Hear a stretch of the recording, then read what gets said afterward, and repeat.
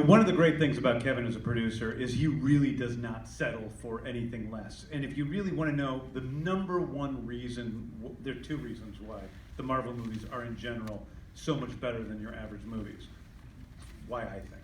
One is that Kevin just has a really, really good eye for the basics of stories and entertaining people and adds that to every movie. But the second reason is he pushes people way harder than other people do. And they push themselves harder than others do. And so we did a lot of screen tests of actors for Star-Lord. And I remember walking out of like maybe the second set of screen tests or something, and we had seen 15, we had screen tested like 15 guys. And I'm going, I remember that night lying sick in bed because I didn't think we had found the right person. But I know what studio execs are like, and they're going to latch on to somebody and be like, oh yeah, we want this person or we want that person.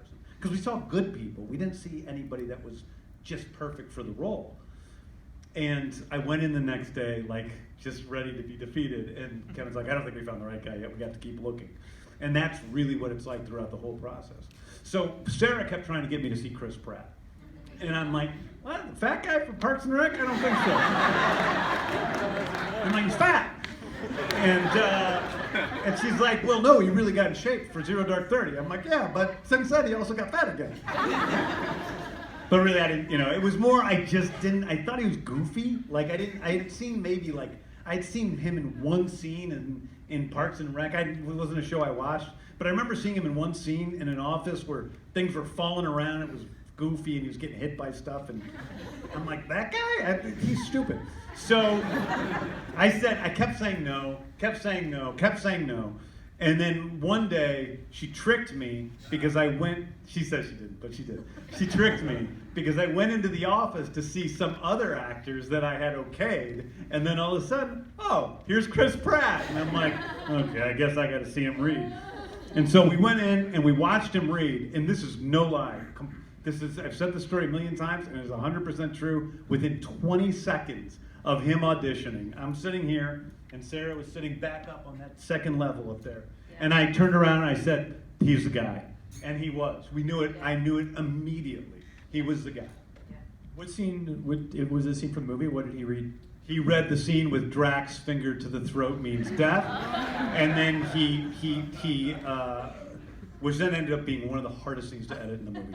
And then he also did, honestly, the other scene that was hardest to edit, which was the love scene with him and Gamora out on the steps and dancing scene. Yeah. Yeah. Well, Sarah, what was it about Chris? I mean, he's obviously so amazing and perfect in this, but what was it about him that you felt like, okay, this is really the guy when you're hitting resistance saying, no, it's really not? Well, he had auditioned for us for something else years earlier, and I think I can say for Captain America, and it wasn't a fit there, but there was something there that was kind of had heart and had a certain nobility and earnestness and authenticity. So I started watching him.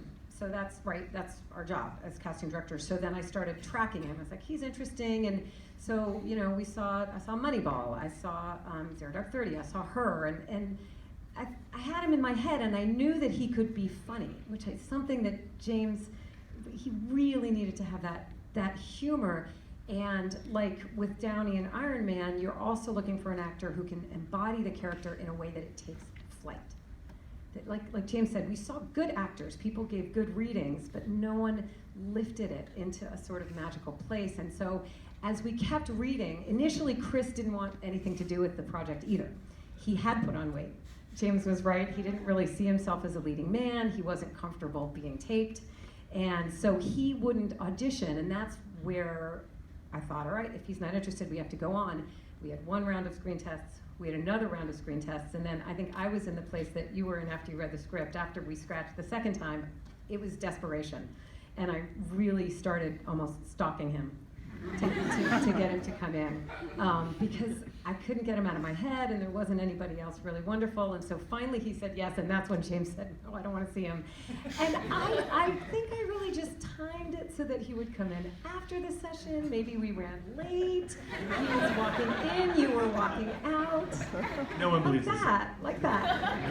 It is interesting, you've heard the word desperation twice tonight already. Desperation is honest to God, is a great motivator. And it is, you know, you're desperate because you've got a release date. You're desperate because you want this movie to go.